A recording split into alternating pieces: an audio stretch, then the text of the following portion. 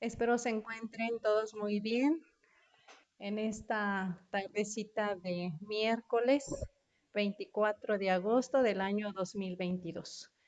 El Colegio Nacional de Peritos en Enfermería les da la más cordial bienvenida a esta sesión del día de hoy, un tema muy importante para el área de la salud. El tema de hoy son implicaciones legales ante la violencia obstétrica. Ujú.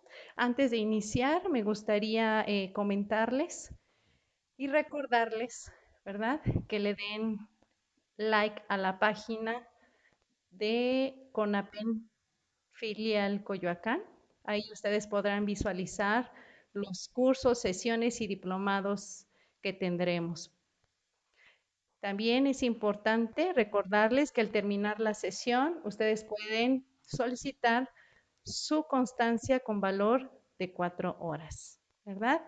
Y bueno, me gustaría saludar a algunos colegas que ya están conectados.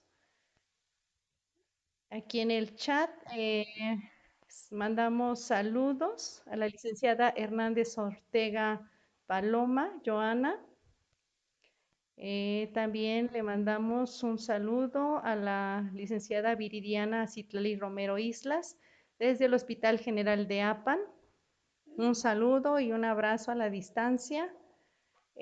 También saludamos a la licenciada María de Jesús Ortega Jiménez, Hospital General de Apan Hidalgo, a la licenciada Coronado Guzmán Carolina, ¿verdad? A la licenciada Esther Mejía Jiménez del Hospital del Altiplano. Un saludo también y un fuerte abrazo. Mandamos también un saludo a Andy, licenciada Andy, buenas tardes. Ella nos ve desde el Hospital Regional 1 de Octubre, Ciudad de México. También un saludo. Mandamos también un saludo al Hospital General de Emiliano Zapato, Tabasco, a la licenciada Hilda Victoria Gallegos Glori. Muy bien. Seguimos con la licenciada Verónica Sánchez Escobedo, Hospital General de Apan Hidalgo. Un fuerte abrazo y un saludo hasta Apan Hidalgo. Un saludo también al licenciado Néstor Isaac Cortés del Hospital Regional de Apan. Muy bien. Hoy el Hospital General de Apan está con nosotros, nos están sintonizando y escuchando. Muy bien. Bueno, pues agradecemos todos los saludos de nuestros colegas y nos gustaría saber de qué otra parte de la República nos están escuchando y nos están viendo. Muy bien, pues el día de hoy el Colegio Nacional de Peritos en Enfermería, Filial Coyoacán, le da la más cordial bienvenida al maestro en Derecho Procesal Penal, Julio César Cedillo Gómez, quien es el experto del tema del día de hoy, que son implicaciones legales ante la violencia obstétrica. Buenas tardes, maestro Julio.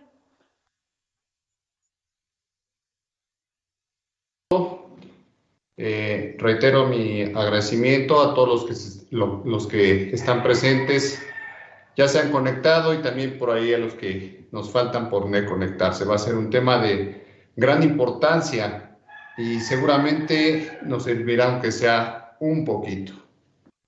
Muchas gracias, doctora. Claro que sí, maestro Julio. También es importante invitar a todos nuestros colegas, ¿verdad? Al diplomado que próximamente se estará otorgando por parte del Colegio Nacional de Peritos en Enfermería Filial Coyoacán. Este diplomado se llama El actuar de enfermería dentro del marco legal en México. Dará inicio el día 22 de septiembre del 2022. terminará el 21 de abril del 2023. La duración son 7 meses, 2 sesiones al mes de 3 horas cada uno y serán los días viernes y estará impartido este diplomado por el maestro Julio César Cedillo Gómez. ¿Correcto, maestro? Así es, será un diplomado también donde hablaremos todo el actuar, lo que es la enfermería dentro de un marco legal en México, obviamente las consecuencias y obviamente también los recursos jurídicos legales para poder hacer frente a alguna adversidad de esta naturaleza. Están cordialmente invitados y pues ojalá esperemos contar con su presencia. Muy bien, gracias, maestro Julio. Pues lo dejamos al auditorio. Bien, En sus muchas manos, gracias, maestro. doctora. Muchísimas gracias. Vamos a dar inicio a nuestra charla. Prácticamente es una charla el día de hoy. El mundo de la medicina, en específico, en este caso, ceñido exclusivamente a lo que es el área obstétrica y lo que implica precisamente un embarazo, un parto, un puerperio, es decir, la recuperación del aparato reproductor y, como consecuencia, también el posparto. Recordemos que hoy en día todas las actuaciones de un servidor público en su carácter de autoridad y no autoridad, ahorita explicamos en qué consiste esto, tiene que estar ceñida en un marco irrestricto al respeto a derechos humanos. Nuestro país ha tenido una modificación en ese sentido, respetando estos derechos fundamentales a partir de la reforma constitucional de 2008. ¿Esto qué implica? Que no porque no sea autoridad, pero sí soy servidor público y desempeño una función en favor de una colectividad, estoy obligado a este respeto a derechos fundamentales, derechos humanos. Entre otros, la no discriminación, equidad de género, la igualdad por cuanto hace a preferencias religiosas, sexuales, etcétera, etcétera. Es decir, estamos obligados a respetar en todo momento estos derechos fundamentales. Y esto nos lo obliga precisamente un marco constitucional.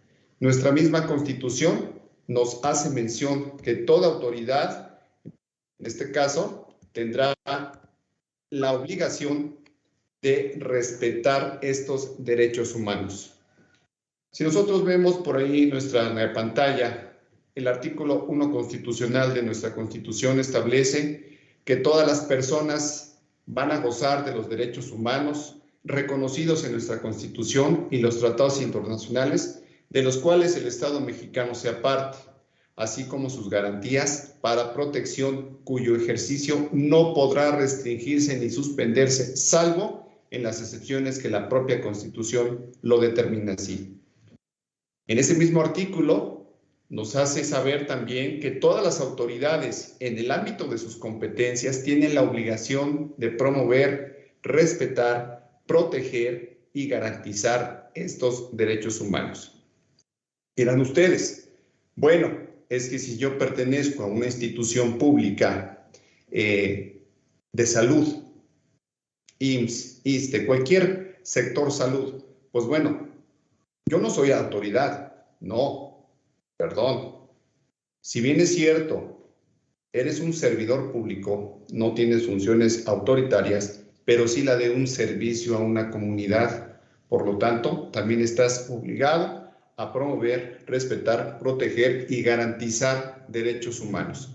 Ojo, esto no implica que exclusivamente es sector público, también el sector privado. Tan es así, les adelanto un poquito que hoy en día nuestro juicio de amparo no procede exclusivamente en contra de autoridades, sino también se puede promover en contra de particulares. Este sacramental juicio de amparo lo que hace es proteger y garantizar estos derechos humanos.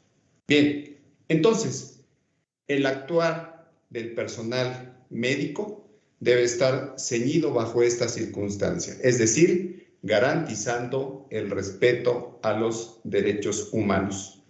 ¿Y por qué es un derecho humano? ¿Por qué es un derecho fundamental? Porque se encuentra contemplado también en el artículo 4 de nuestra Constitución, que nos dice que toda persona tiene el derecho a la protección de la salud. En este caso, el Estado va a establecer las modalidades, las bases para el acceso a los servicios de salud, ya sea a nivel federal, como es IMSS, como es ISSSTE, así como las entidades federativas en materia de salud. Esto quiere decir que el Estado debe de garantizar la protección de mi salud. Vamos, no establece como tal que el Estado se va a hacer cargo de mi salud. No, se va a encargar de proteger mi salud. ¿Y qué salud? Pues bueno, todos sabemos que es ese equilibrio que existe entre mente y cuerpo para demostrar una sanidad del mismo, mantener ese equilibrio, esa perseverancia dentro del mismo organismo. En ese sentido, entonces, el establecer que el derecho de la protección a la salud le corresponde al Estado, por lo tanto, es un derecho humano, un derecho fundamental del cual yo en todo momento estoy gozando. Bien, ¿qué pasa si el Estado no cumple? Bueno, existen los medios legales para hacer precisamente respetar este derecho fundamental como es la salud. Y posteriormente vamos a ir viendo que efectivamente el Estado tiene esa obligación para efecto de garantizar la protección a la salud. Bueno, ahora vamos a hablar un poquito ya de lo que es la violencia. Ya estamos en el entendido que la salud es un derecho fundamental, que como tal se me debe de respetar en todo momento. La violencia es como tal la acción de agresividad que el ser humano utiliza con la intención de causar daño a otro u otros. Este daño puede ser doloso, decíamos, con toda la intención de querer lastimar, de causar ese daño, o puede ser por culpa. Me explico. Para efectos legales, los delitos se cometen bajo estos dos rubros principalmente. Con todo el dolo del mundo, cuando tengo la intención de querer y saber el daño que voy a provocar, y muchas veces por ignorancia, por un accidente, el delito es culposo. Es decir, yo no tengo la intención de cometerlo, sin embargo, lo cometí. Y les pongo un ejemplo burdo. Yo voy manejando, una persona se me atraviesa, yo no alcanzo a frenar y desgraciadamente la arrollo y la puedo lesionar o incluso privarla de la vida. Yo no quise hacerlo.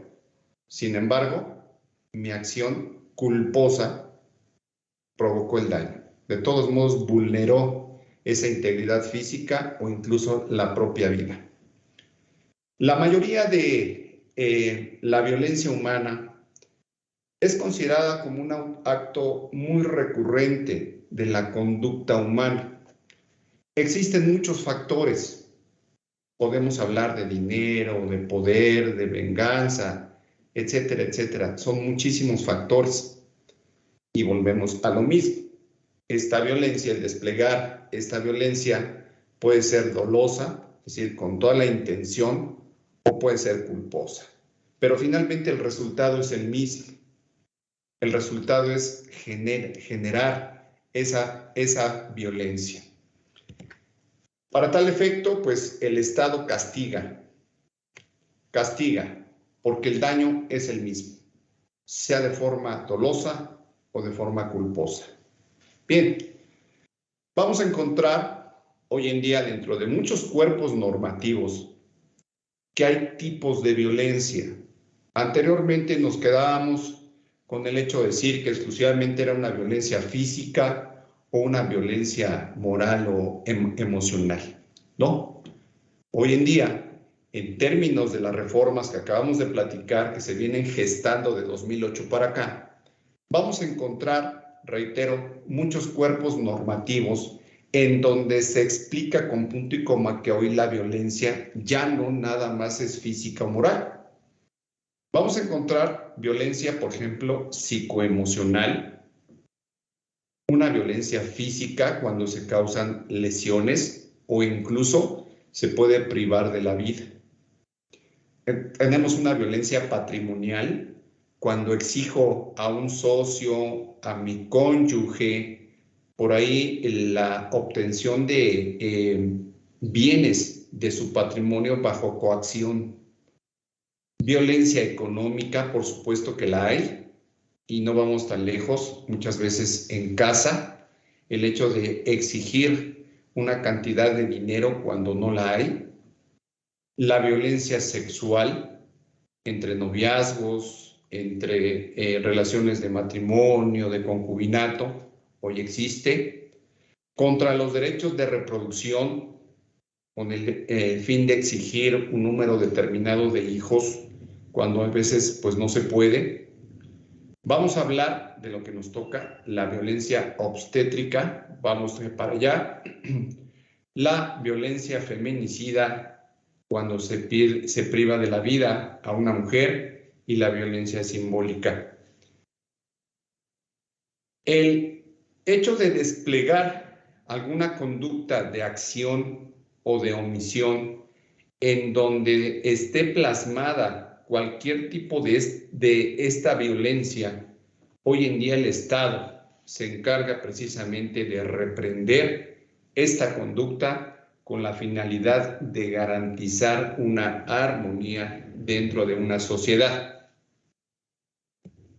Vamos a encontrar también modalidades de la violencia. La vamos a encontrar desde en casa, una violencia familiar, no necesariamente la puede desplegar papá, mamá, hijos. Hoy en día habla de una familia, es decir, de un núcleo, de un contexto dentro de casa, los que vivimos en el mismo techo. Hoy en día también esta violencia se puede dar desde un noviazgo y por supuesto que también es reprochable por parte del Estado. Violencia laboral, es decir, cuando existe una relación obrero-patronal, escolar, entre docente, alumno. En mi misma comunidad, a nosotros nos va a corresponder hoy hablar de la institucional y por supuesto también estamos hablando de una violencia de carácter político. Bueno, pero vamos a tratar de definir qué es la violencia obstétrica, que es nuestro tema del día de hoy. Dice que es toda acción u omisión que provenga de una o varias personas que proporcionen atención médica o administrativa en un establecimiento privado o institución de salud pública del gobierno de la Ciudad de México. Ojo, ahorita explico por qué dice en concreto Ciudad de México, que dañe, lastime o denigre a las mujeres de cualquier edad durante el embarazo, parto, puerperio, así como la negligencia, juzgamiento, maltrato, discriminación y vejación en su atención médica. Se expresa por el trato deshumanizado, abuso de medicación y prolongación de los procesos naturales, vulnerando la libertad e información completa, así como la capacidad de las mujeres para decidir libremente sobre su cuerpo, salud, sexualidad o sobre el número de esparcimiento de sus hijos. Si nos percatamos, es una definición muy completa.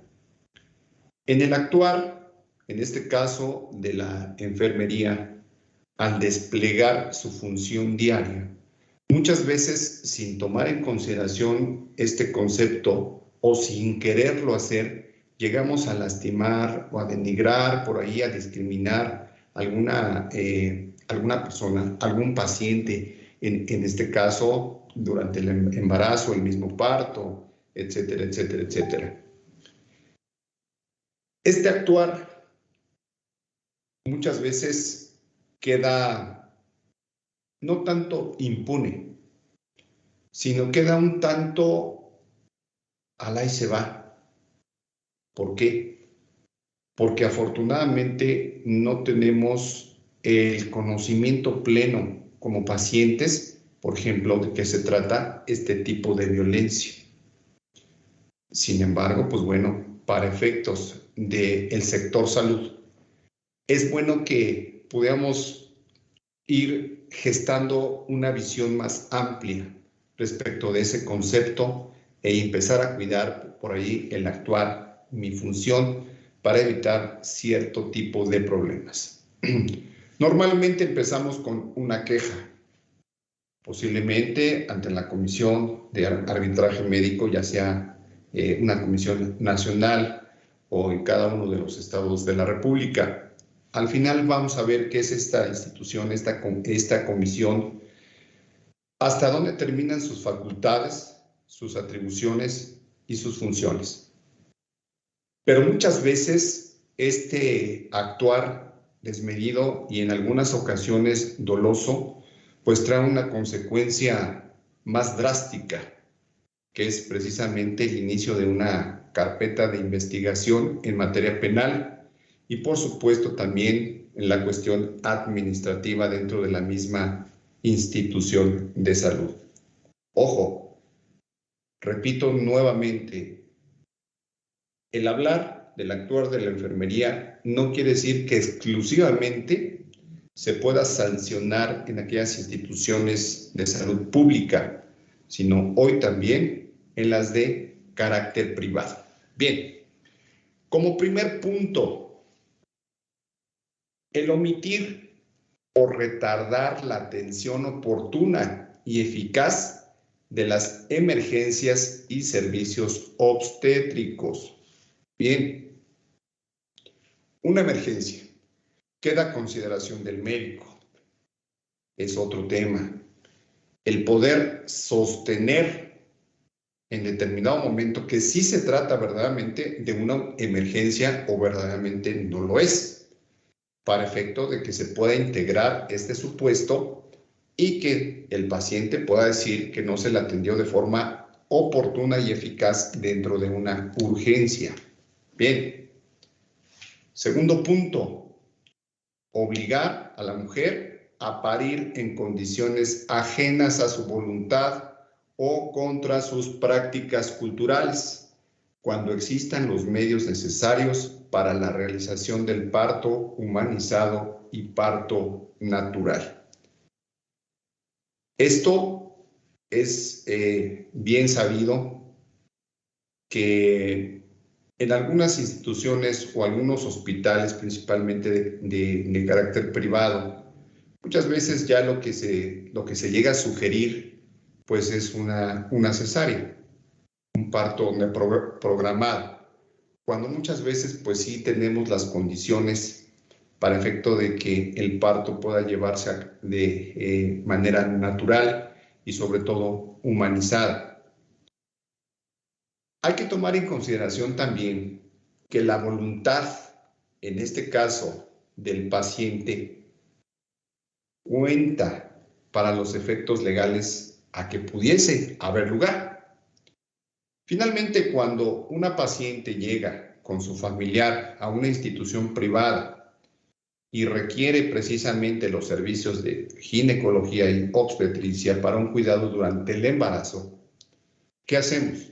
Bueno, lo correcto es llegar a un contrato de servicios profesionales, en donde la paciente nos va a manifestar la voluntad para efecto de un parto no natural, bajo ciertas circunstancias, obviamente del experto, y que se puedan denotar por escrito y como consecuencia tener un respaldo en ese aspecto.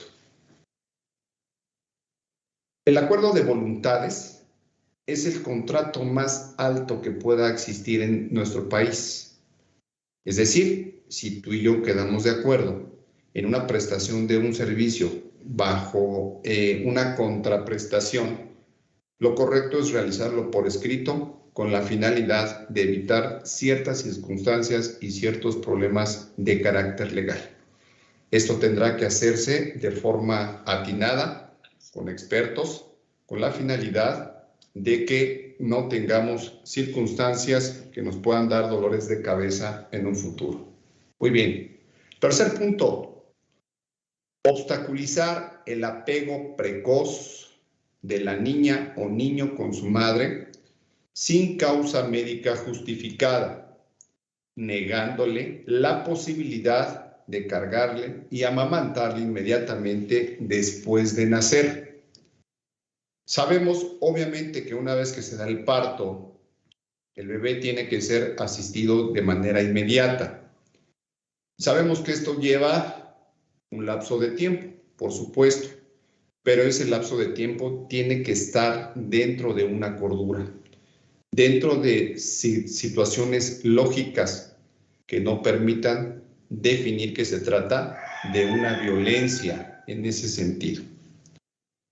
Cuarto punto, alterar el proceso natural del parto de bajo riesgo mediante el uso de medicamentos o técnicas de aceleración sin obtener el consentimiento voluntario, expreso e informado de la mujer.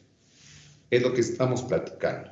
Ese acuerdo de voluntades, una vez que yo te informo, podemos consensuarlo y de forma legal nos estamos respaldando. Último punto, practicar el parto por vías de cesárea, existiendo condiciones para el parto natural o imponer bajo cualquier medio el uso de métodos anticonceptivos o de esterilización sin que medie el consentimiento voluntario, expreso e informado de la mujer. Y dirán ustedes, bueno, ¿esto quién lo dijo? ¿O por qué se considera que es violencia? Hace un momento comentábamos que en una de las diapositivas nos expone que era en la Ciudad de México. Bien, les explico el por qué. Porque en la Ciudad de México tenemos la ley de acceso a las mujeres a una vida libre de violencia. Esta ley hoy en día también existe a nivel federal, es decir, la aplicación es en todo el territorio nacional. Cuando nosotros escuchemos hablar de una ley que anteponga en su título la palabra general, quiere decir que es de aplicación federal, es decir, aplica desde el estado de Baja California hasta Yucatán sin excepción alguna. Luego entonces, en este actuar de la enfermería, de la medicina, debemos de tomar en cuenta estas disposiciones normativas que aparentemente son nuevas. Les comento, no hay como tal una legislación propia, con excepción de esta, que nos hable exclusivamente de la violencia obstétrica. Bien, ¿por qué la violencia institucional? Porque nos dice que son los actos u omisiones de las personas con calidad de servidor público que discriminen o tengan como fin dilatar, obstaculizar o impedir el goce y el ejercicio de los derechos humanos de las mujeres, así como su acceso al disfrute de políticas públicas destinadas a prevenir, atender, investigar, sancionar y erradicar los diferentes tipos de violencia. Hace ratito platicábamos la diferencia entre una autoridad y un servidor público. Finalmente, los dos pertenecen a una institución del Estado, del gobierno, se encuentran en una nómina pública, es decir, que el Estado les paga con impuestos y como consecuencia están obligados a este tipo de situaciones. Comentábamos que el personal de salud privado, de las instituciones de carácter privado, los hospitales privados, también tienen la obligación de atender estas circunstancias.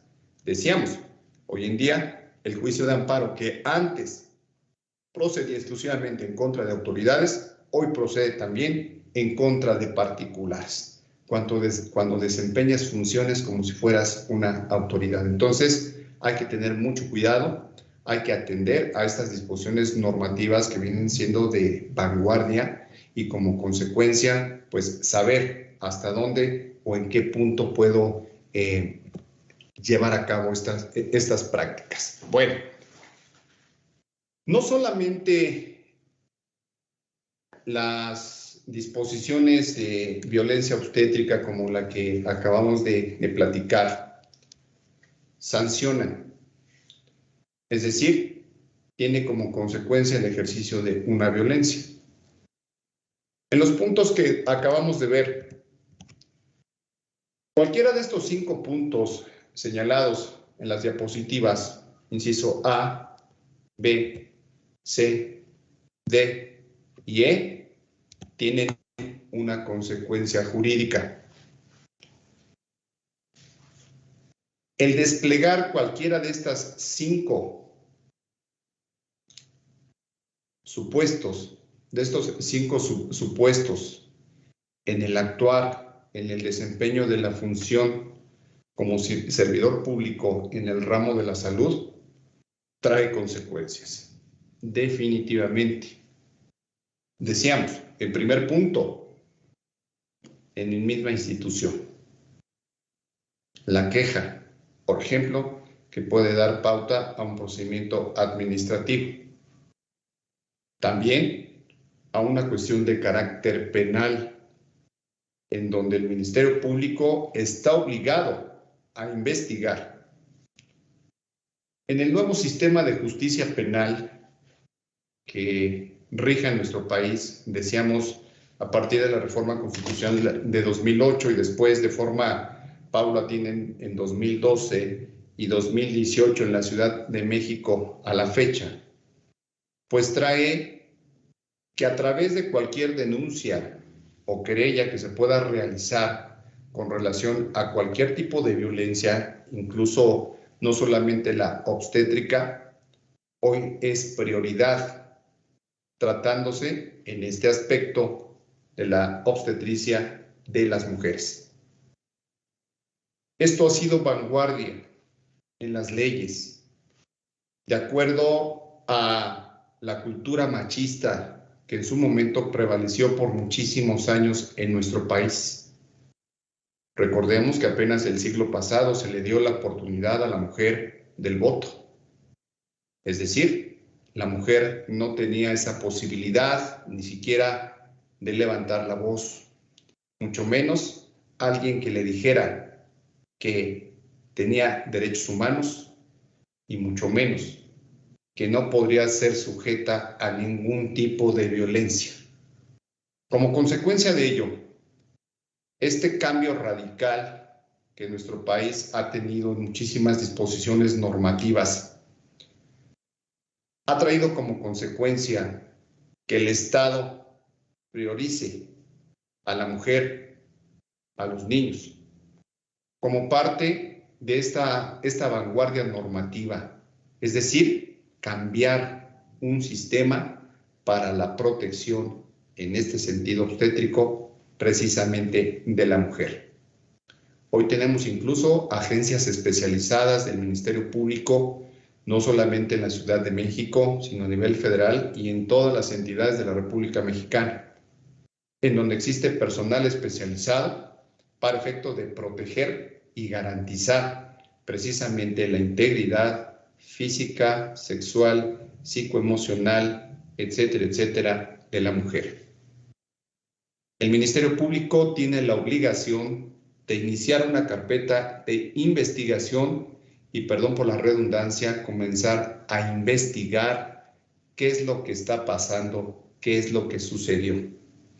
Y tratándose de delitos flagrantes, pues obviamente si hay elementos suficientes, judicializar la carpeta y llevar al servidor público ante un juez de control, un juez penal, para efecto de resolver su situación jurídica. Ahorita vamos a ver entre muchos delitos que se pueden dar con relación a estos temas y las penalidades que se pueden imponer como consecuencia de la conducta mal desplegada. Nosotros creemos que solamente los códigos penales contemplan delitos. Esto como consecuencia les puedo asegurar que no es cierto. Existen muchas disposiciones, muchos códigos, leyes, en donde existen delitos especiales. En concreto, para nuestro punto, la Ley General de Salud tiene un capítulo completo de delitos especiales, algunos de ellos en contra de servidores públicos y privados que se dedican al ramo de la salud. Al hablar de una Ley General de Salud, decíamos, estamos hablando de una ley de carácter federal. Como consecuencia, tiene aplicación en todo el territorio nacional. Va a haber ciertas competencias para conocer respecto de estos delitos. Pero recordemos que las instituciones, las paraestatales, como son IMSS o ISSSTE, por revestir el carácter de federal, luego entonces conocerá de estos delitos la Fiscalía General de la República a través de los ministerios públicos federales y los jueces penales federales en caso de la imposición de penas, previo a un procedimiento que se hubiese llevado con la finalidad de salvaguardar hoy en día un principio de presunción de inocencia. ¿Qué es esto? Este principio nace precisamente con la reforma multireferida a que nos hemos hecho mención de 2008 para acá, una reforma constitucional que trajo consigo el que el Estado cambiara un sistema ya un tanto arcaico a un sistema de carácter oral, acusatorio y adversarial, en donde obliga precisamente al Estado a respetar estos derechos humanos de los que tanto hemos platicado. Luego entonces, este principio de presunción de inocencia hace que nuestras autoridades penales lo tengan también que respetar en beneficio de un imputado, es decir, de la persona que pudiese estar detenida por haber cometido alguno de los puntos que acabamos de mencionar, desplegar esa conducta y que se le pueda considerar como probable responsable, ¿vale? Ya no es presunto culpable, como antes lo era, hoy es probable responsable, pero garantizándole un principio de presunción de inocencia. Ese principio no se rompe hasta en tanto se dicte una sentencia de condena en donde se le imponga una pena privativa de la libertad, es decir, una pena corporal y la multa conjuntamente con la reparación del daño. Bien, vamos a poner un ejemplo. El artículo 462 de esta Ley General de Salud establece que se van a imponer de 6 a 17 años de prisión y multa por el equivalente de 8,000 a 17,000 días salario mínimo general vigente en la zona. ¿De qué se trate? ¿A quién? Al que llegue a trasplantar un órgano, tejido, sin atender las preferencias del orden establecido en las bases de datos hospitalarias, institucionales, estatales y nacionales. Dirán ustedes, bueno, pero si es que yo no soy el médico, yo no la autoricé, yo no realicé el trasplante. Ah, pero nos dice aquí que si intervinieran profesionales, técnicos o auxiliares de las disciplinas para la salud, se les aplicará además la suspensión de 2 a 4 años en el ejercicio profesional, técnico o auxiliar y hasta 5 años más en caso de reincidencia. Si estamos hablando de una violencia, es decir, yo no tengo el consentimiento pero pues bueno, como suele darse muchas veces en nuestro país, pues es mi amigo, es mi conocido, o se puede prestar incluso a malas interpretaciones por brincar una lista en ese sentido y procurar este trasplante, esta atención médica anticipada sin estar en la lista de espera, es decir, de acuerdo a las preferencias y al orden que establezca una plataforma hospitalaria. Bien, nuestro artículo 464.3, en materia de medicamentos, se aplicarán las penas que a continuación se mencionan a la persona o personas que realicen las siguientes conductas delictivas: a quien venda, ofrezca, comercie muestras médicas, le será impuesta una pena de 1 a 9 años de prisión y multa equivalente de 20,000 a 50,000 días de salario mínimo vigente general en la zona en que se trate. Imagínense, ¿cuál es la consecuencia? Si estamos hablando de una pena de 1 a 9 años, pues por lo menos 5 años de prisión sí se van a considerar para efectos de ciertos delitos, que obviamente de manera conjunta van con el actuar de la enfermería, de la medicina, dentro de lo que es la obstetricia. Bien, el artículo 469 nos dice: al profesional técnico o auxiliar en la atención médica que sin causa justificada se niegue a prestar asistencia a una persona en caso de notoria urgencia, poniendo en peligro su vida, se le impondrán de 6 meses a 5 años de prisión y multa de 5 a 125 días de salario mínimo general vigente en la zona económica que se trate, y la suspensión para ejercer la profesión hasta por 2 años. Nos dice que si se produjere daño por falta de intervención, podrá imponerse además la suspensión definitiva para el ejercicio profesional a juicio de la autoridad judicial, es decir, a juicio de un juzgador. Nosotros sabemos que un parto es prioritario.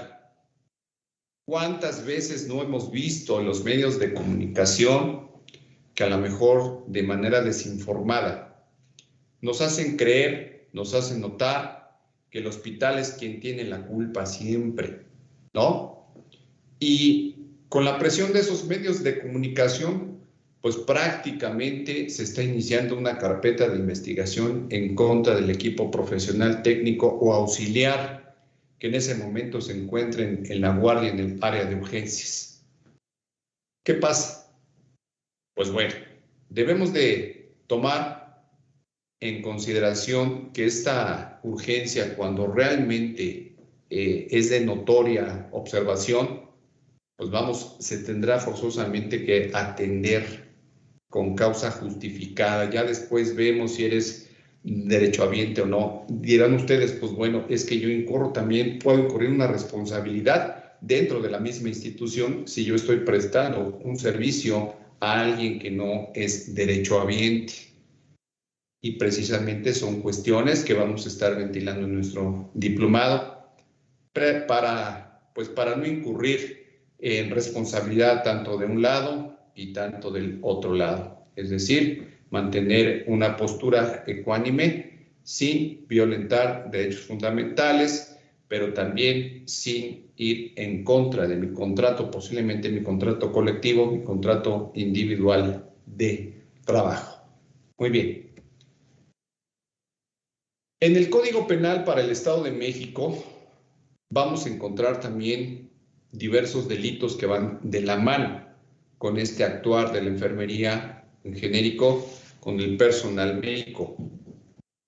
Tenemos el artículo 150 del Código Penal que nos habla del encubrimiento y nos dice que al médico cirujano, enfermero o cualquier otro profesional técnico o auxiliar de la salud que omitiera denunciar a la autoridad correspondiente los delitos contra la vida o la integridad corporal del que hubiera tenido conocimiento con motivo del ejercicio de su profesión, se le impondrán de 1 a 3 años de prisión y de 30 a 150 días de multa más la suspensión del derecho de ejercicio profesional de 1 a 3 años.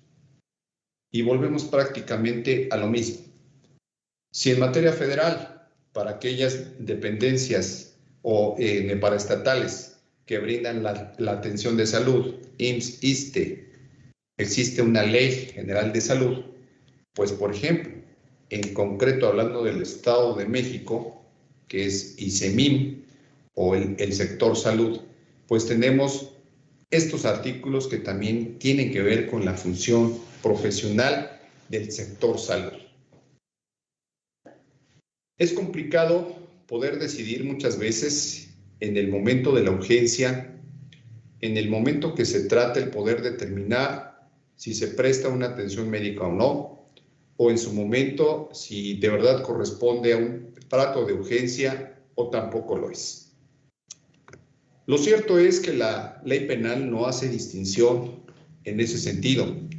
Decíamos, si una persona va a denunciar o a querellarse respecto a alguna de estas conductas, el Ministerio Público Federal o los ministerios públicos de las entidades federativas se van a abocar a investigar. Vamos, si bien es cierto, esta querella, esta denuncia pesa para que un ministerio público se ponga a trabajar, se ponga a investigar, también lo es que éste necesita datos de prueba contundentes que le puedan acreditar por lo menos la probabilidad de que el servidor público o el personal de un hospital privado pudo haber desplegado alguna conducta que se pueda castigar o se pueda considerar como delito. Es decir, deberá realizar todas las diligencias necesarias, policía de investigación, peritajes, documentos, y todo lo que se nos pueda ocurrir para poder integrar esta carpeta de investigación y como consecuencia poder ejercitar acción penal en contra del servidor público o aquellas personas que dependen de los hospitales de carácter privado. Vamos, si bien es cierto, es muy fácil hoy incluso denunciar en línea. Es muy sencillo meterme a una computadora, abrir un portal de los gobiernos federales o de las entidades de la República Mexicana para poder realizar desde la comodidad de mi casa una denuncia por esta naturaleza. Si bien es cierto, así lo es de tan sencillo, para efectos de integrar una carpeta de investigación tampoco lo es. Ojo, aquí el servidor público, es decir, el personal inmerso en la carpeta de investigación, el personal médico o técnico, público o privado, tiene también la posibilidad de ofertar datos de prueba para desacreditar el dicho del querellante o del denunciante. Definitivamente es necesario, a partir de ese momento en una carpeta de investigación, el poder acercarme con un profesional para aportar esos datos de prueba y contrarrestar en todo momento la denuncia o querella que se hubiese interpuesto en mi contra. ¿Qué pasa si no lo hago? ¿Qué pasa si dejo el asunto al ahí se va? Y seguramente no me va a pasar nada. Y seguramente pues, el Ministerio Público ya no va a investigar. Bien, en algunas de las ocasiones, el Ministerio Público cuando considera que de la denuncia no se puede advertir ninguna conducta que se pueda tipificar como delito, lo deja hasta ahí. Pero, ¿qué pasa si no es así? El Ministerio Público tiene que continuar. Y cuando son delitos de carácter oficioso, es obligación del Ministerio Público darle continuidad hasta el final, es decir, hasta lograr una sentencia de condena. La persecución del delito le corresponde al fiscal, es decir, al Ministerio Público.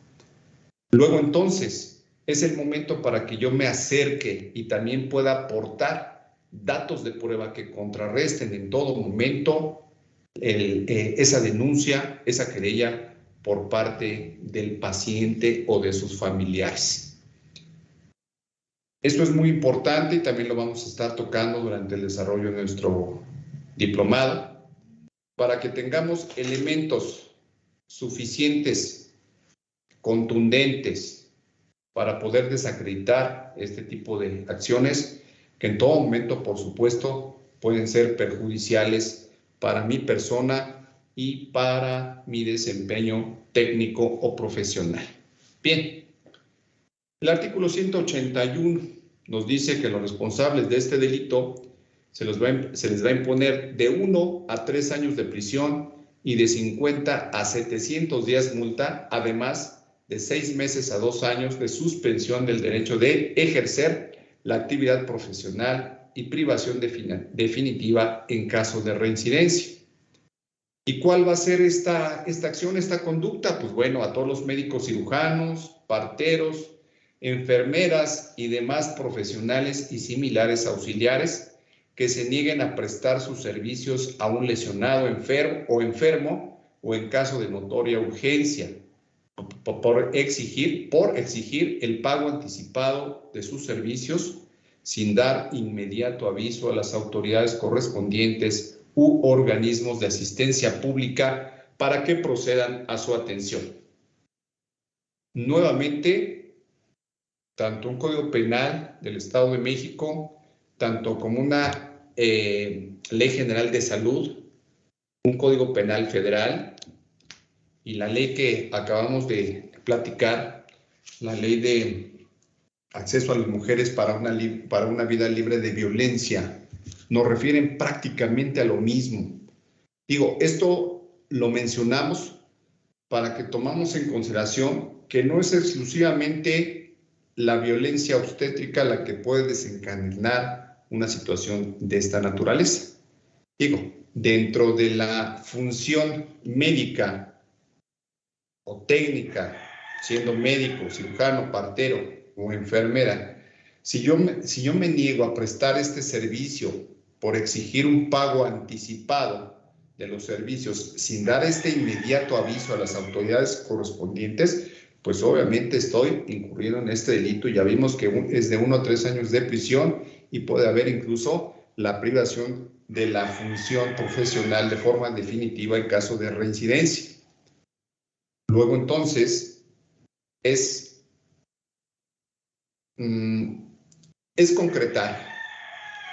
concretar que la mayoría de las disposiciones normativas en nuestro país hasta estos momentos lo que busca es precisamente dar una atención eficiente, eficaz, sin lesionar derechos fundamentales, derechos humanos, sin discriminar, sin hacer distinción por color de piel, raza, religión, etcétera, etcétera.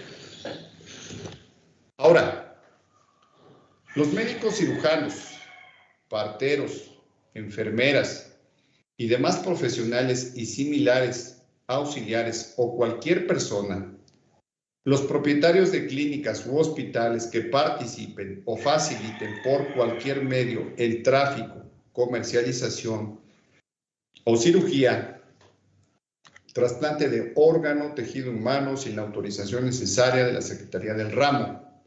Y viene la pena, que es de 3 a 8 años de prisión y de 50 a 500 días multa, así como la suspensión del derecho de ejercicio de la profesión por 20 años y la cancelación de la licencia de funcionamiento también por 20 años, independientemente de los demás delitos que se lleguen a cometer dentro de esta conducta que se pueda desplegar.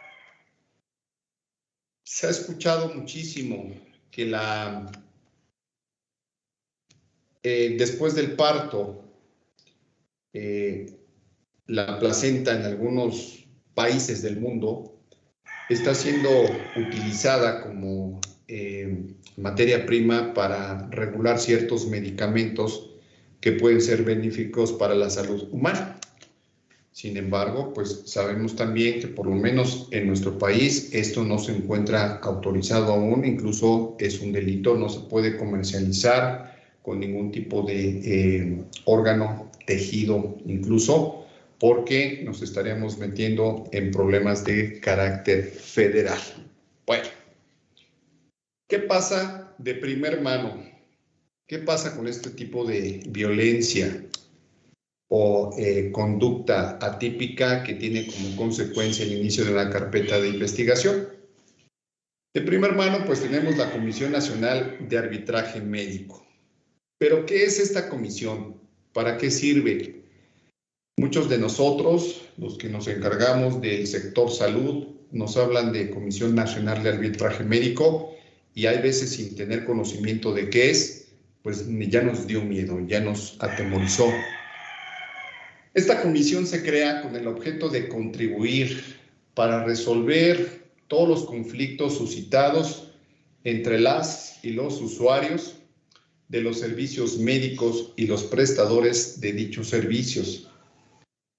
En esta institución, la persona usuaria de los servicios de salud puede prestar o presentar una queja por probables actos o omisiones derivadas de la prestación de la atención médica y tener una opción para resolver de manera pacífica mediante acuerdos conciliatorios y el arbitraje su problemática. Es decir, que la Comisión Nacional de Arbitraje Médico, valga la redundancia, funciona exclusivamente como árbitro en un partido. Un equipo, otro equipo, que es el usuario, el personal médico, y él se encarga muchas veces de mediar, de conciliar, para efecto que el tema, la problemática, pueda ser solucionada de manera pacífica dentro de la misma comisión. Una forma de determinar conflictos es precisamente a través de los convenios, y los convenios nacen de una conciliación, y esa conciliación nace de un arbitraje. Es decir, el árbitro del partido es quien puede sugerir incluso alguna de las partes para poder mediar y llegar a esa conciliación y dar por terminado el asunto. Dentro de estos acuerdos, desgraciadamente, digo desgraciadamente, porque si se llega a lesionar alguna parte del cuerpo, incluso la misma vida, pues es la Ley Federal del Trabajo quien le pone precio a nuestros órganos, ¿no? El oído, la vista, una pierna, una mano, repito, incluso la misma vida, que generalmente llega consigo a una reparación del daño.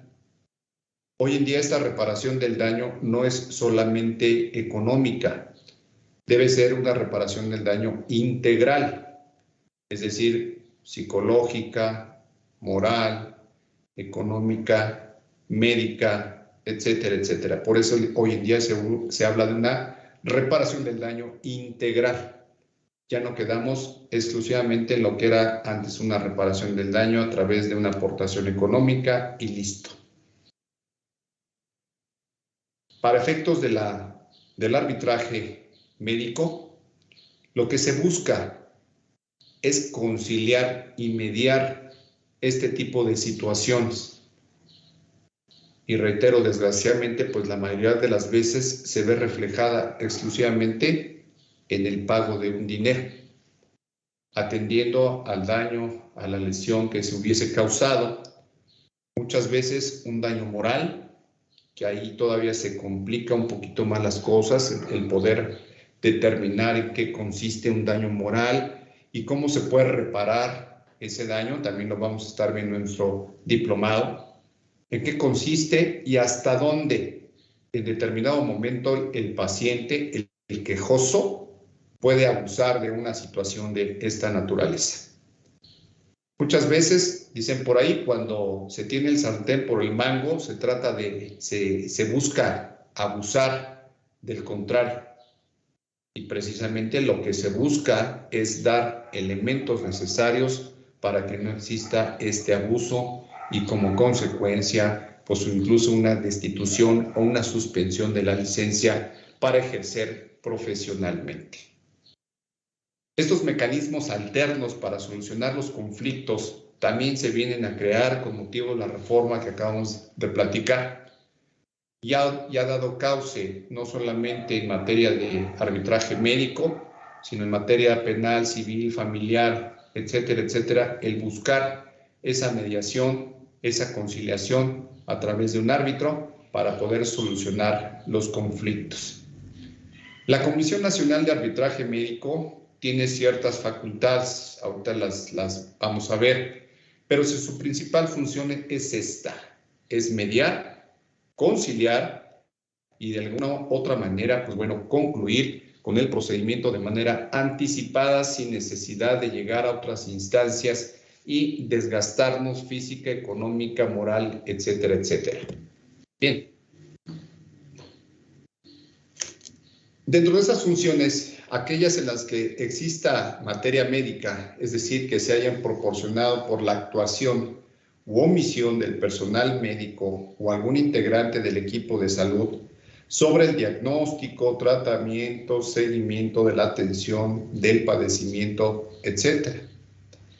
Y aquellas quejas también en las que a disposición sea acordar con el prestador de servicio de salud las formas u opciones para resolver el problema de manera pacífica mediante convenios formales, decíamos, conciliatorios y el arbitraje. Estas resoluciones que emite la Comisión Nacional se elevan a categoría de una sentencia como si se tratara de cosa juzgada.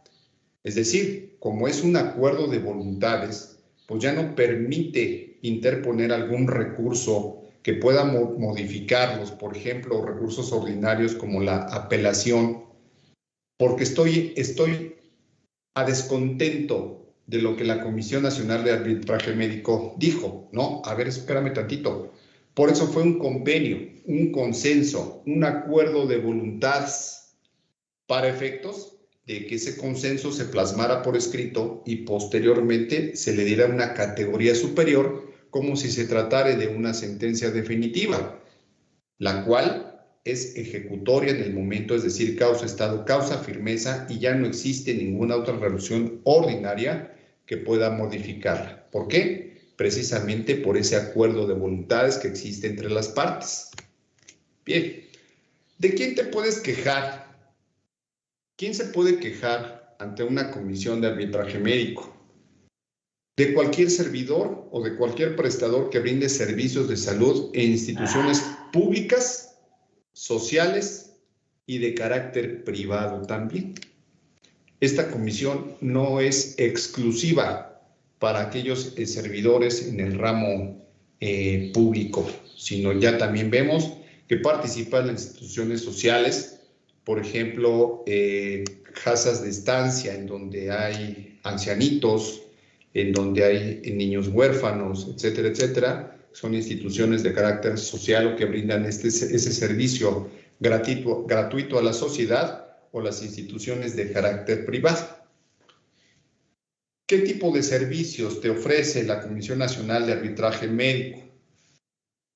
Orientación, 1, asesoría especializada, gestión para la atención médica y obviamente la queja correspondiente ante el médico que hubiese o pudo haber, se presume que pudo haber actuado de manera contraria a lo que la disposición normativa o su propia función le implica. Ahora, esta orientación especializada, es decir, que dentro de la misma institución, dentro de la misma comisión, van a existir abogados, van a existir médicos, van a existir peritos para efecto de poderte orientar y en su momento plasmar una queja de manera adecuada.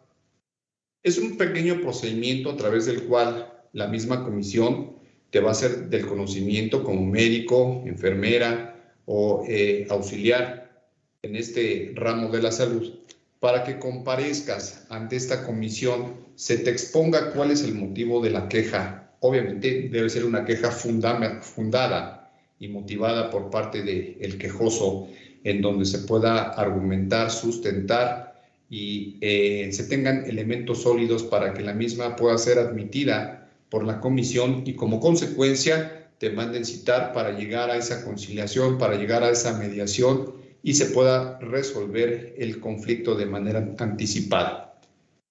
¿Qué pasa si no se concilia en esta Comisión Nacional de Arbitraje Médico. Tenemos que pasar a la siguiente instancia.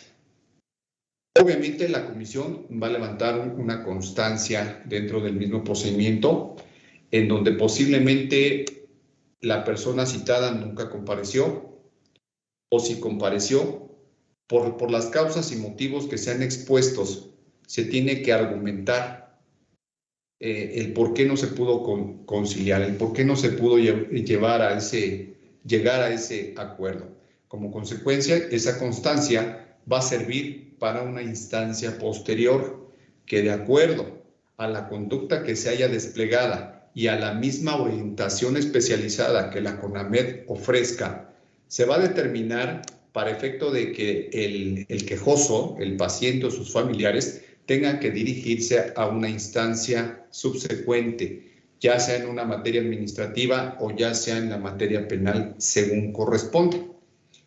Va a haber conductas que no van a ser consideradas como delito. Como consecuencia, la queja puede prosperar exclusivamente para fines administrativos. Pero tratándose de violencia obstétrica, que es nuestro tema en concreto, por supuesto que es materia penal. Decíamos que hoy en día cualquier tipo de violencia por autoridad especializada en protección a la mujer, de inmediato se va a dar inicio a esta carpeta de investigación en contra del personal médico, de enfermería o auxiliar que haya participado en el hecho que se pretende atribuir como delito y como consecuencia posteriormente se le mande citar. Hoy en día, para efectos de que se pueda librar una orden de aprehensión, captura, comparecencia, primero necesito forzosamente ser notificado. Es decir, la autoridad que inicia esa carpeta de investigación me tiene que mandar citar. ¿Con qué finalidad? Tampoco de vulnerar derechos fundamentales en contra de mi persona. Y como consecuencia, tendrá que mandarme traer para exponerme cuáles son las causas, el acto de molestia, es decir, el que me mandes traer, que me saques de mis actividades cotidianas y tenga que estarme presentando en una agencia del Ministerio Público Federal o del Fuero Común para efectos de que me des a conocer, me enteres por qué me estás mandando traer, quién me está denunciando, quién se está querellando en mi contra y por qué hechos, por qué actos. Aquí es donde comentábamos que reviste toda la facultad también para la persona citada, el personal médico, técnico o enfermería, para aportar los datos de prueba suficientes y contundentes con la finalidad de desacreditar el hecho que sea materia de la queja, en este caso en concreto ya, en lo que es la denuncia y la querella. Es importante que se atienda en un momento específico este tipo de quejas, en este tipo de denuncias, porque si dejamos caminar el asunto con una falta de interés, pues obviamente lo que vamos a tener va a ser el día de mañana, quizá, si el Ministerio Público lo considera, solicitarle al juez de control, a un juez penal, una orden de aprehensión. Y luego entonces, pues las cosas se empiezan a complicar porque se tiene que acreditar dentro de un plazo legal, incorporar datos de prueba, etcétera, etcétera, y viene a ser más complicado para un cuerpo técnico de defensa el poder garantizar un buen resultado. Bien, por lo que hace a nuestras dispositivas exclusivamente, pues es todo. No sé si la doctora nos dé la indicación, pasar a una sección de preguntas. Con muchísimo gusto aquí estamos.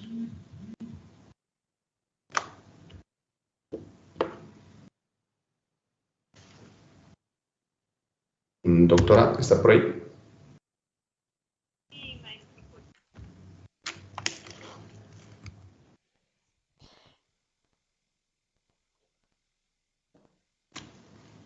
Sí, tenemos Tenemos algunas algunas preguntas. Sí, doctora, a sus órdenes. Sí, en cuanto a lo que usted nos estaba comentando ahorita sobre el contrato de acuerdos de voluntades. Ok, bien. Normalmente las instituciones privadas llevan a cabo estos contratos con la finalidad de lo que comentábamos era respaldarnos. La voluntad, la jerarquía más importante en un contrato es el consentimiento de las partes. Perdón por la redundancia, la voluntad.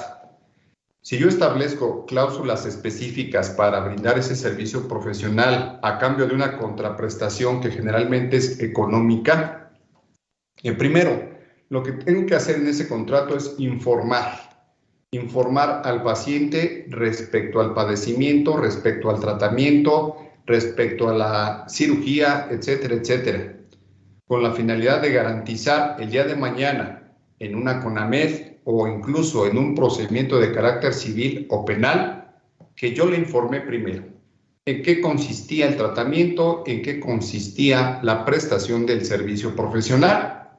Como consecuencia, entonces, el paciente me debe de otorgar ese consentimiento por escrito y después clausular, es decir, establecer las cláusulas correspondientes para poder brindar ese servicio profesional sin que tengamos una consecuencia legal el día de mañana, porque me diga, pues es que usted no me dijo, es que yo no sabía, es que no, vamos, dentro de esta normatividad, ese acuerdo de voluntades, ese consenso se hace por escrito bajo esta temática y seguramente no vamos a tener problema el día de mañana.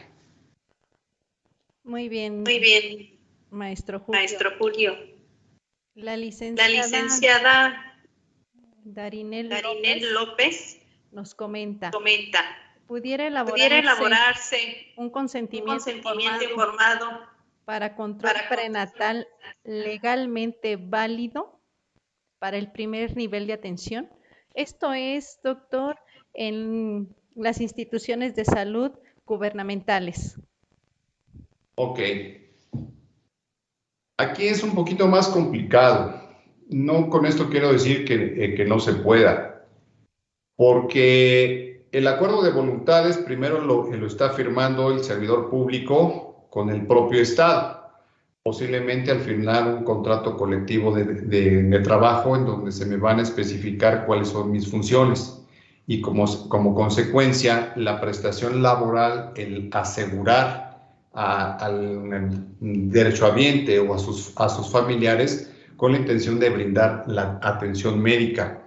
Esto se tendría que regular primeramente por cuestión gubernamental, es decir, que el propio Estado pudiese permitir, la información respecto a este ámbito médico, a esta patología o este tratamiento, y posteriormente que el derechohabiente nos pudiera firmar de recibido, atendiendo al conocimiento, a la información que se le hubiese brindado. Sí se podría hacer, pero definitivamente tendría que ser desde un ámbito gubernamental, porque reitero, el servidor público es quien firma un contrato colectivo y posteriormente como prestación laboral es el derechohabiente quien concurre a solicitar el servicio médico como parte de esta prestación. Se podría hacer siempre y cuando fuera desde arriba, es decir, a nivel gubernamental, que se pudieran hacer algunos formatos en donde se explique con punto y coma respecto al tratamiento, la patología que se va a tratar, se informe y como consecuencia se otorgue ese consentimiento y de recibido por parte del derechohabiente. Muchísimas gracias, maestro. Tenemos por aquí otro comentario. La licenciada Darinel López nos dice, ¿y los derechos profesionales? Muy bien, es correcto. Mire, hoy en día atendiendo a esta vanguardia jurídica de la que estamos platicando, en donde debemos de respetar esos derechos humanos y al paciente, le comento y le comparto. Estos son modas jurídicas que se han adoptado de otros países en base a los tratados internacionales generalmente, los cuales el Estado mexicano es parte. Si bien es cierto, es de reconocer, y con mi humilde opinión, el que esos tratados internacionales muchas veces no son del todo ad hoc a nuestro país por cuestiones culturales, por cuestiones económicas, por otros factores. Sin embargo, hoy en día vienen a ser fuente formal del derecho, así como las leyes son parte de una fuente formal porque nacen de un procedimiento legal establecido en un Congreso. Los tratados internacionales también tienen ciertas formalidades para que tengan aplicabilidad y sean obligatorios en nuestro país. Sin embargo, existen por ahí procedimientos legales que pueden atacarlos, que pueden incluso a las mismas leyes cuando son inconstitucionales o cuando laceran también derechos humanos, no solamente en este caso en particular del paciente, sino también del mismo profesionista, del mismo profesional. Entonces, ahí tendríamos que atañar a un caso en particular para poderle explicar qué se pudiera hacer respecto a los mecanismos legales que existen también, pues para poder defendernos, ¿no? Para hacer válido que también el servidor público es un humano, tiene los mismos derechos y como consecuencia una autoridad federal tendrá que definir quién tiene la razón. Así funciona esto ahorita. Muchas gracias, maestro Julio. Tenemos también otra pregunta. Dice, ¿cuánto es el tiempo en que una queja es válida para ser tomada por el consejo y después de cuánto tiempo se destina o no? ¿Es válida? Bueno, se desestima que es válida o no la queja. Ok, bueno, me imagino que se refiere al tiempo que tiene para interponerla. Quiero suponerlo así. Bueno, si fuera de esta manera, entre más tiempo pase para efecto de interponer mi queja, el contenido y la credibilidad de la misma van siendo menores. Finalmente, un consejo tendrá que advertir la temporalidad y va a ser el consejo quien se va a encargar de determinar lo propio. Lo mismo pasa, por ejemplo, con una denuncia. Entre más tiempo tarde en presentarla o querellarme por algún delito, pues esa credibilidad va mermando y como consecuencia son aspectos que un Ministerio Público o un juez toma en consideración en el momento oportuno. De la misma manera aquí, si los hechos son de hace 2, 3, 4 años, pues prácticamente la credibilidad, lo que se pueda argumentar en esa queja, pues va mermando. Ok, muchas gracias, maestro Julio. Tenemos otra pregunta de la licenciada Martínez. Nos comenta, excelente, muchísimas gracias. Si una persona se encuentra en proceso legal, ¿es posible jubilarse, pensionarse o si es el caso, renunciar? Ok, bueno, me imagino que se trata del servidor público que está por jubilarse o está en el proceso de... Aquí hay que atender primeramente el contrato colectivo, a ver qué es lo que nos dice. 2, el renunciar, acuérdese que la renuncia no implica nada más el dejar de ir a trabajar, sino implica renunciar a todos los derechos laborales que en su momento pude haber generado con motivo de mi antigüedad si se trata de una ley anterior. Por ejemplo, una ley 73 en el IMSS, donde todavía hasta la fecha pues hay mucha gente que está gozando de sus beneficios y posiblemente un mes, 2 meses, un año antes de mi jubilación de mis 28 años, pues por ahí dicen, me ponen el pie con la finalidad de que pues, no pueda llegar a esa jubilación. Si yo renuncio, si yo interpongo mi renuncia, automáticamente estoy renunciando no solamente al ya no ir a trabajar, sino a todos los derechos laborales a los que puedo tener derecho, una pensión, una jubilación, no sé, una cuestión particular al caso. Estoy renunciando a todos esos derechos. Si yo estoy dentro de un proceso legal como consecuencia de un delito que causé dentro de la función pública, dentro del área médica, puede haber un condicionamiento para tales efectos, y más si me encuentro suspendido para efecto de desempeñar mi cargo. Entonces, sí habría que atender los aspectos particulares del asunto que usted me comenta para que yo le pueda contestar con certeza. Pero, reitero, si el delito, si el proceso penal que se esté llevando a cabo es consecuencia de un delito desplegado dentro de la función médica, posiblemente sí repercuta en ese sentido, pero habría que atender también al contrato colectivo, lo que se hubiese firmado. Gracias, maestro Julio. Tenemos otra pregunta también por aquí. La licenciada Rosas nos comenta, cuando el familiar llega con su paciente para su atención y nunca recibió atención médica, en este caso hablamos de un control prenatal, y la paciente llega en estado convulsivo y se diagnostica por el médico como eclampsia, ¿qué responsabilidad tiene el familiar por omisión de su vigilancia y salud? ¿Cómo se puede responsabilizar por su omisión? Al paciente. Bueno, ok. Paciente y familiar. Muy bien, al paciente y al familiar. Bueno, la desatención propia de la salud, comentábamos a un principio, el Estado tiene la obligación de garantizar no la salud. Vamos, es responsabilidad de cada quien. El Estado lo que te garantiza son los medios para que tú puedas gozar de esa salud, pero como tal el Estado no te va a estar vigilando a cada 5 minutos que te tomes tu medicamento, que no comas esto, que no comas aquello. Es responsabilidad, uno, del paciente. Y más si ya se tiene el antecedente clínico respecto a alguna hipertensión o alguna patología clínica crónica o no, que pueda desencadenar precisamente la preeclampsia. Entonces, si de primer mano paciente fue que no tomó en cuenta no solamente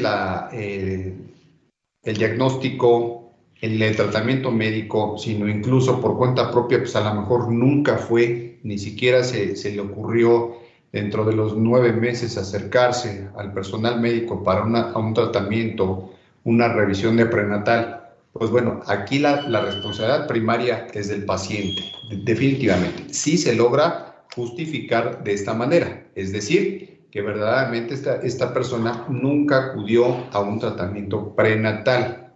Una. Dos. El familiar, mire, para efectos de la materia penal, pues vamos, aquí no podemos intercambiar personas, ¿no? El que delinquió fue mi hijo, pero no se lo lleven a él, llévenme a mí. No, eso no se puede hacer. Aquí lo que se trata es de acreditar o tratar de acreditar dentro de un proceso, si ya lo hay, que precisamente esta persona por antecedentes clínicos quizá ya tenía la posibilidad de desencadenar esta preeclampsia y como consecuencia que nunca se atendió, nunca se preocupó por asistir a un control prenatal, por ejemplo, por lo menos cada mes o cada 2 meses, ¿no? Y querer culpar al personal médico cuando yo ya llego en una etapa de convulsión, a efecto que me atiendas porque a lo mejor ya estoy por me parir, ¿no? Entonces, definitivamente, si es bajo esta circunstancia, considero que el médico podría no tener ninguna responsabilidad. Gracias, maestro Julio. Muchas gracias. Tenemos otra pregunta, la licenciada Janet Camacho Cuevas. Nos comenta, ¿los delitos en violencia obstétrica tienen niveles y cuáles son los más graves?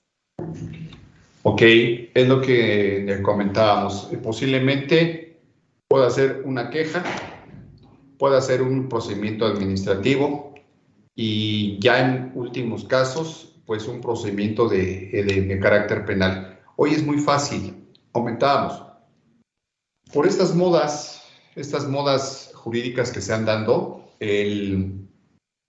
la protección a la mujer es inminente, es primordial hoy en día. Entonces, pues vamos, si bien es cierto, puede ser una simple queja que a lo mejor procede o no procede, puede ser un procedimiento administrativo que puede traer como consecuencia una suspensión sin el goce de sueldo, algún apercibimiento, pero si nos vamos ya a los estándares más elevados, pues estamos hablando entonces del proceso penal, que ya dijimos como consecuencia puede traer la imposición de una pena corporal, incluso la suspensión provisional o por cierta temporalidad, o incluso de forma definitiva en casos graves o en casos de reincidencia. Ok, muchas gracias, maestro Julio. Tenemos otra pregunta. El licenciado Vicente Cruz. ¿Es válido el consentimiento de un familiar que no es hijo directo ni familiar directo de un paciente para una cirugía de urgencia?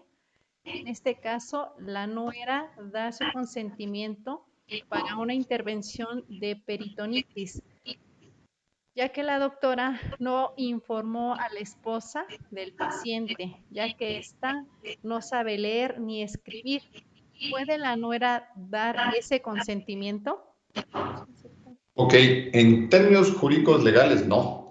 Necesitaría ser tutor o necesitaría ser representante, en este caso, del familiar o del paciente. En términos muy concretos, definitivamente no necesitamos un familiar directo, ¿no? Si muchas veces incluso a la visita por ciertas causas para efectos de la autorización, perdón, para efectos de la autorización mínima, se requiere el consentimiento de un familiar. Entonces, yo creo que definitivamente aquí sí no es válido. Necesitaríamos que fuera incluso tutor. Si en este caso, el familiar que da la autorización, el familiar indirecto, quien da la autorización, pues necesitaría tener acreditada una personalidad, por lo menos como tutor, ya sea de la persona que no sabe leer y escribir o, en su caso, del paciente que se encontraba hospitalizado. Gracias, maestro Julio. Sí. Tenemos otra pregunta de la licenciada Clemente. Nos dice...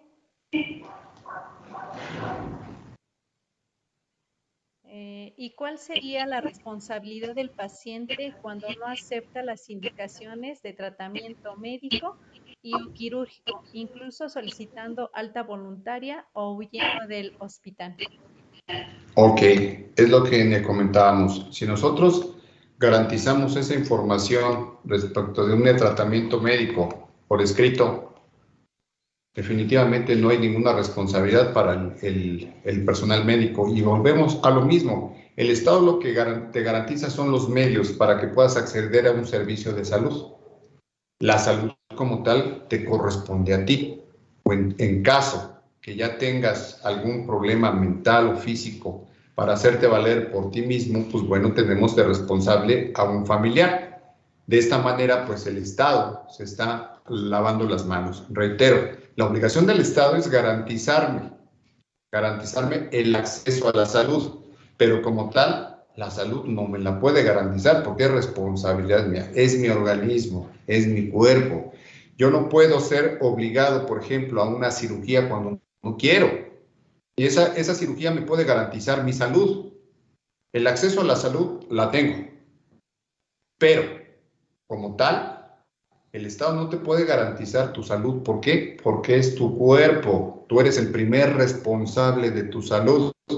Repito, en caso de que ya no estés en condiciones físicas o mentales de poder responder, vamos, hacerte responsable de tu misma salud, pues bueno, para eso tenemos un familiar directo, ¿no? Que es quien tendrá que responsabilizarse de los tratamientos que el médico recomiende para efectos de garantizar esa salud. Muchas gracias, maestro Julio. Tenemos una pregunta más.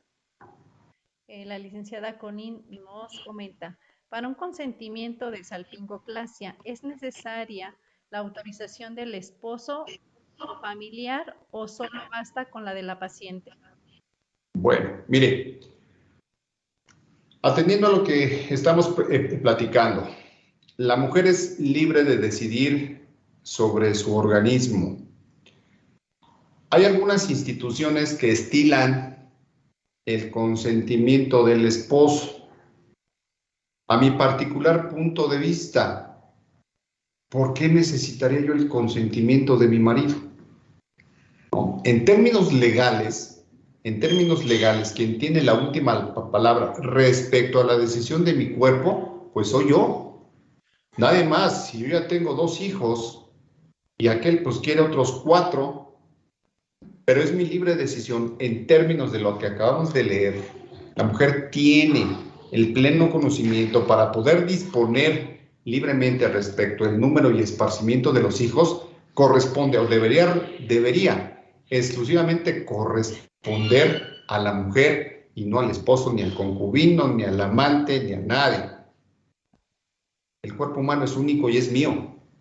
Nadie tiene por qué decidir sobre, incluso hoy en día, le comento, se tendría que pedir autorización hasta para sacar una muestra de sangre, de saliva o de cualquier fluido que provenga del cuerpo humano, porque el dueño, por decirlo así, el dueño no es la palabra correcta.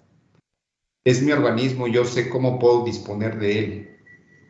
¿Me explico? Entonces, el que se pida autorización en algunas clínicas, en algunos hospitales privados o públicos, el consentimiento del esposo para hacer esta práctica como método anticonceptivo, pues definitivamente debería ser exclusivamente de la mujer, nadie más.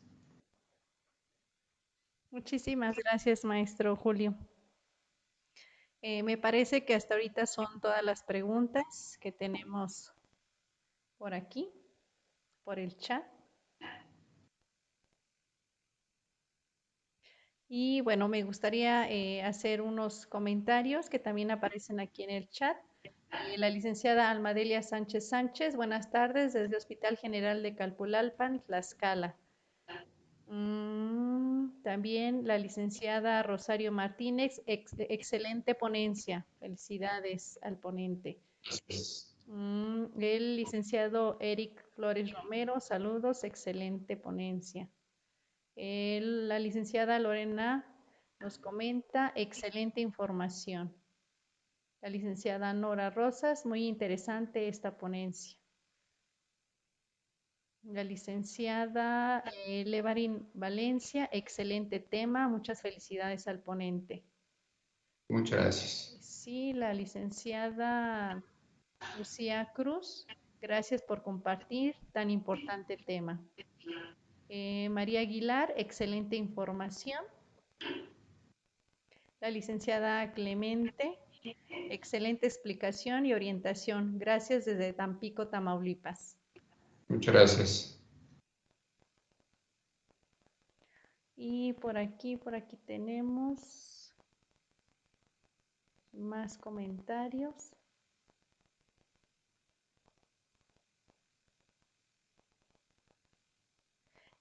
Ojalá pudieran comentar del diplomado y costo, nos interesa. Sí, con mucho gusto les comentamos que el diplomado sobre el actuar de enfermería dentro del marco legal en México será contemplado a 7 meses, iniciará el día 22 de septiembre del 2022 y terminará el 21 de abril del 2023 con 2 sesiones al mes de 3 horas y serán los días viernes. Muy bien, pues seguimos. La licenciada Janet Cuevas, excelente ponencia, felicidades al ponente. Muchas gracias. Lupita Oropesa. ¿La suegra puede decidir sobre algún método si la paciente es menor de edad? La suegra no. No, recordemos que quien tiene la patria potestad de los hijos son los progenitores, en primer cuenta. Si no hubiera padre, madre, pues bueno, ya la ley contempla en siguiente plano quién tendría esa posibilidad, pero definitivamente la suegra no. No, es un es un parentesco únicamente por afinidad el que existe entre la suegra y entre la nuera, pero como tal no tendrá la capacidad, y muchísimo menos si es menor de edad. Aquí hay que atender la edad exacta de la mujer para poder determinar si se puede emancipar con el matrimonio, y hasta que, vamos, dentro de esa emancipación, la emancipación es alcanzar una mayoría de edad anticipada con el matrimonio cuando tenemos cierta edad. Nos permite tomar ciertas decisiones, no todas, como si fuéramos mayores de edad, no, pero definitivamente nos permite tomar ciertas decisiones en nuestra persona. Entonces, habría que atender la edad exacta de la menor para poder establecer esta situación y si está casada o no está casada, pero definitivamente la suegra no tiene ninguna facultad. Tendrán que ser forzosamente los progenitores. Muy bien, maestro Julio. Tenemos otra pregunta. Dice, donde trabajo solo se pide el consentimiento de la mujer para la salpingo. De hecho, hasta se han realizado de forma confidencial y todo es personal. Es muy cuidadoso en ese aspecto. Claro, es correcto.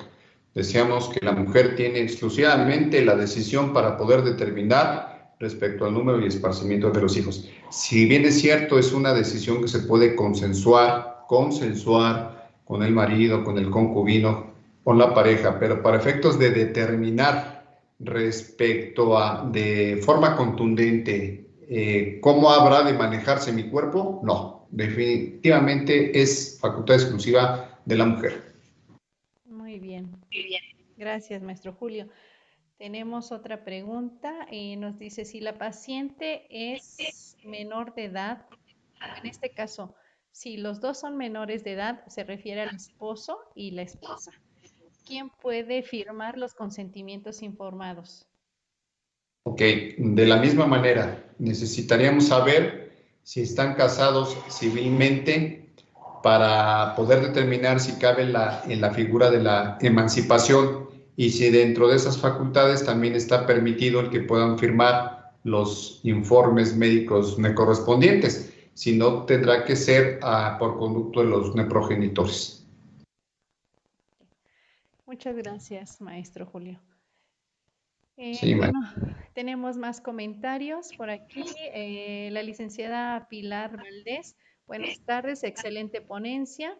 Centro de Salud de San Rafael, ICEM, Estado de México, Coacalco. muchas gracias. La licenciada Mariam Karina Lozano nos comenta, excelente ponencia. Elvira García, la licenciada nos comenta, excelente, gracias por sus aportaciones y aclarar las dudas que tenía. Muchas gracias. La licenciada Brito, buenas tardes, excelente información. Y también por aquí nos comentan que si podemos informar nuevamente sobre el diplomado y los costos. Muy bien, comentamos que el diplomado se llama el actuar de enfermería dentro del marco legal en enfermería. Este consta de 7 meses de duración. Iniciará el 22 de septiembre del 2022, terminará el 21 de abril del 2023. Son 2 sesiones al mes de 3 horas cada uno y serán los días viernes. El costo será una inscripción de 500 pesos y una mensualidad de 1,500 pesos. Para quienes estén interesados en este diplomado, el profesor titular va a ser el maestro en Derecho Penal Procesal, el licenciado Julio César Cedillo Gómez. Servidor. Y quien pues abordará más profundamente todos estos temas, ¿verdad? Con la intención o con el objetivo que el personal de enfermería pues no caiga en implicaciones legales en el actuar. Es correcto, maestra. Incluso, pues usted me permite, ahondar un poquito más respecto de los temas que se han de tratar.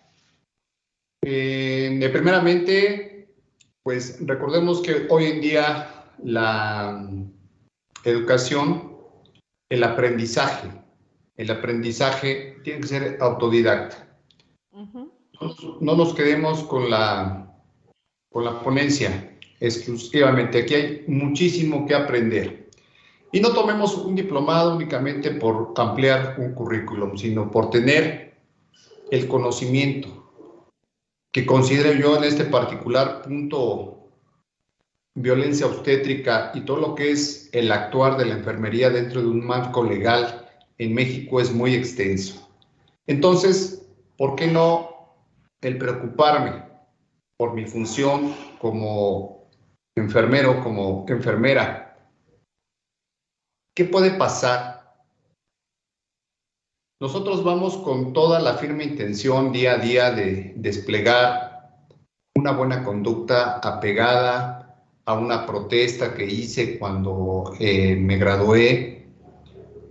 Y muchas veces no tenemos ningún dolo para actuar en contra de esa normatividad, sino muchas veces, pues dadas las circunstancias, el momento, los tiempos, pues hacemos las cosas muchas veces sin querer, sin pensar. Entonces, por lo menos tener el elemento suficiente para decir qué puede pasar, pero lo mejor, qué puedo hacer con la intención de no salir lastimado en un aspecto jurídico normativo. Es por eso que les estamos haciendo esta cordial invitación. Ojalá podamos contar con su presencia. Va a estar muy interesante y seguramente vamos a llevarnos un buen conocimiento en estos aspectos legales dentro de la función de lo que es la enfermería.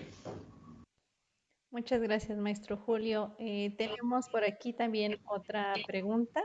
De hecho, van llegando más y más. La licenciada Martínez nos comenta: buenas tardes, soy de Toluca. Ante una demanda de una paciente que previamente fue muy agresiva, ¿qué podemos hacer? Ok, me gustaría que nos hubiera explicado, nos hubiera expuesto qué tipo de demanda, si nada más fue una queja o si se dirigió ante una autoridad administrativa o del orden penal. Bueno, reitero, si la queja fue por un mal actuar o una mala actuación o una presunta mala actuación del médico, del personal técnico, enfermería o administrativo, pues habría que atender primeramente en dónde está esa demanda. Si es de carácter civil, penal, ante la comisión, de manera administrativa, no lo sabemos. Pero lo cierto es que si tenemos datos de prueba para poder contrarrestar esa demanda o denuncia que pudo haber hecho a través de videos, testigos, cualquier dato de prueba que nos pudiera ser elemental, contundente para poder contrarrestar esta queja, es de vital importancia que se conserve y si no se tiene, que se pueda ir recopilando por cualquier circunstancia futura que pudiese llegarse a dar. Los problemas, los juicios en México se ganan con pruebas. Entonces, estas pruebas son elementales, son contundentes. Si no las tenemos, hay que irlas recopilando con la finalidad de tenerlas listas para ocuparlas en cualquier momento oportuno. Muchísimas gracias, maestro Julio. Tenemos otro comentario por aquí. La licenciada Elvia García nos dice: la norma 047 permite que los grupos etarios de 9 a 19 años soliciten un método de planificación familiar sin contar con la autorización de un adulto. ¿Hay un formato especial para ello? Sí, forzosamente, en donde se tenga que hacer referencia a esta norma oficial y solamente hasta donde tengo de conocimiento es en algunos aspectos. Por ejemplo, niñas de 14, 16, 17 años deberían de atender ciertas particularidades al caso en concreto para poder determinar de forma autónoma. O sea, no es en todos los casos. Pero ese formato debe de hacer mención a la justificación de la causa y precisamente a la norma oficial. ¿En qué casos se puede utilizar esta norma y bajo ciertas circunstancias? Gracias, maestro Julio. Tenemos otra pregunta por aquí. La licenciada Gabriela Moscoso nos dice: muchas gracias y excelente ponencia. Información valiosa. Una pregunta, maestro. En el caso de las pacientes en trabajo de parto, yo sé que están muy tensas, pero nos ha tocado pacientes que no cooperan y corren riesgo de complicar el trabajo de parto. ¿Qué podemos hacer? Por lo más que les expliquemos, se vuelven muy inquietas y quieren o pierden, perdón, quieren o piden que se les realice cesárea. Ok, bueno. Nos ha tocado ver infinidad de casos en este aspecto y principalmente cuando son mamás de primera vez, en donde pues se pierde por completamente pues el control, la paciente empieza a gritar, me empieza a alterar a las demás y se convierte, esa sala de parto se convierte en un mercado, eso sí es cierto. Mire,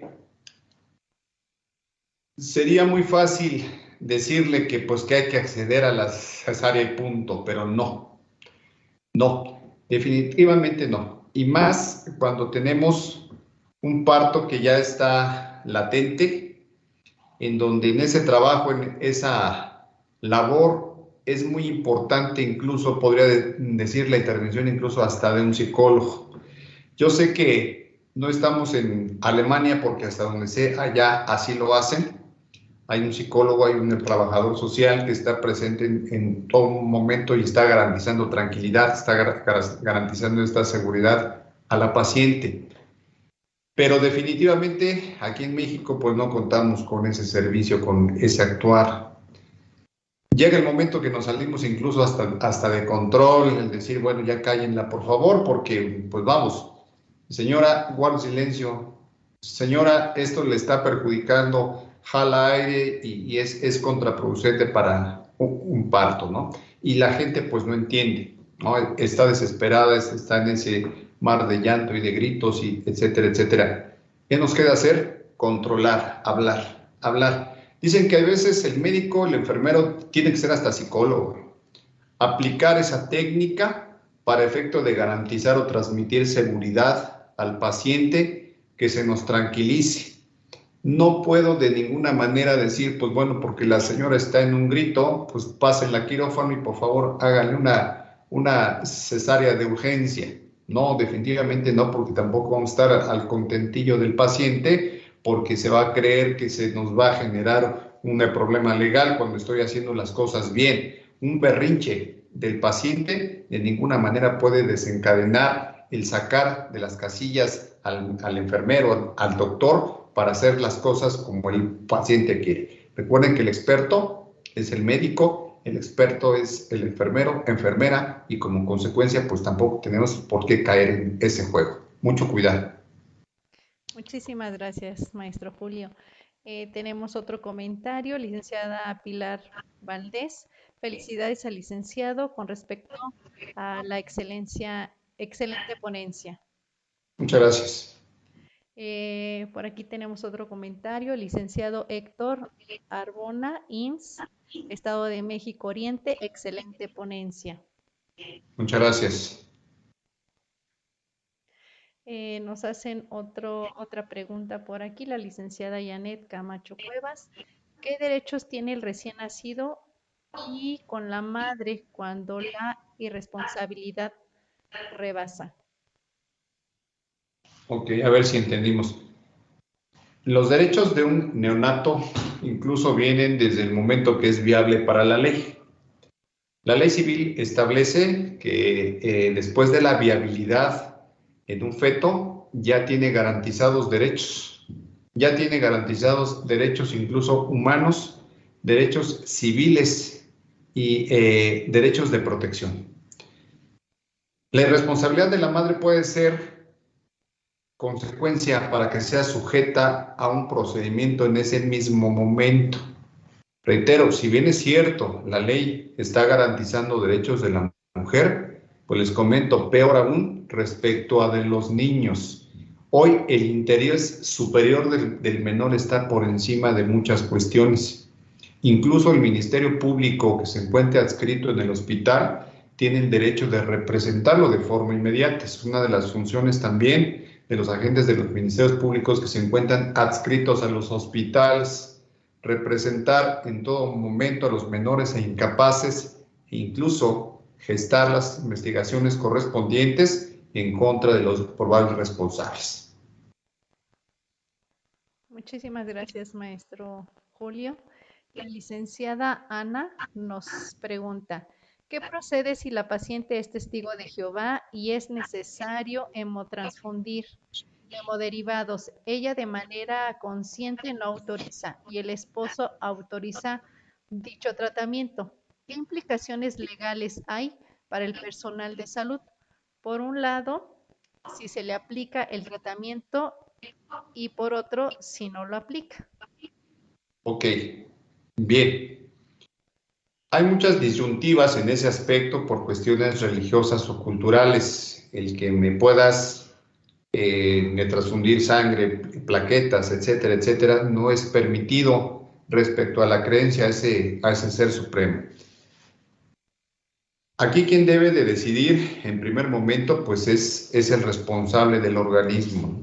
En este caso, la paciente, no el esposo. Obviamente necesitamos una responsiva. A ver, señora, yo ya le expliqué, necesito en este momento transfundirle plaquetas. Una vez orientada, una vez informada y habiendo una recepción legal de esa información, si la paciente dice no, necesitamos una responsiva, definitivamente. De esta manera, el hospital se lava las manos.